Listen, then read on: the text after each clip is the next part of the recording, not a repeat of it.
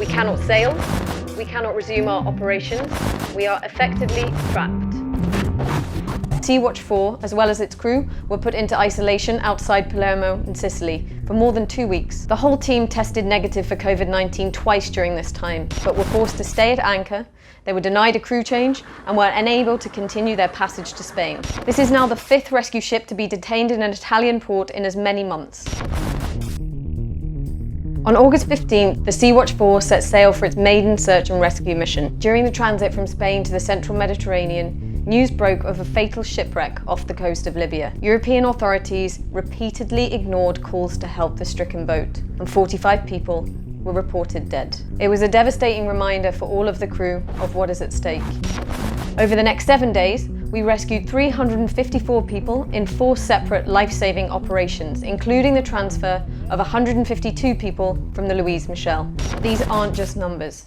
These are men and women, children, pregnant mothers, elderly people, people with disabilities. Almost 100 of those we rescued were aged under 18 and traveling alone, kids and teenagers without their parents. The youngest person on board was just 10 months old.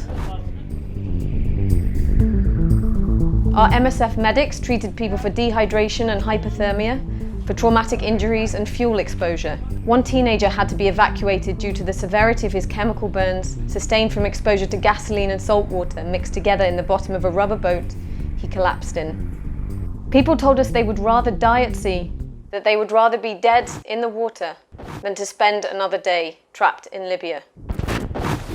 After days without being given a place of safety, our request for a port became increasingly desperate. But again, EU authorities refused to take responsibility for those rescued at sea. And despite humbling resiliency, the survivors were pushed to their limits, psychologically and physically.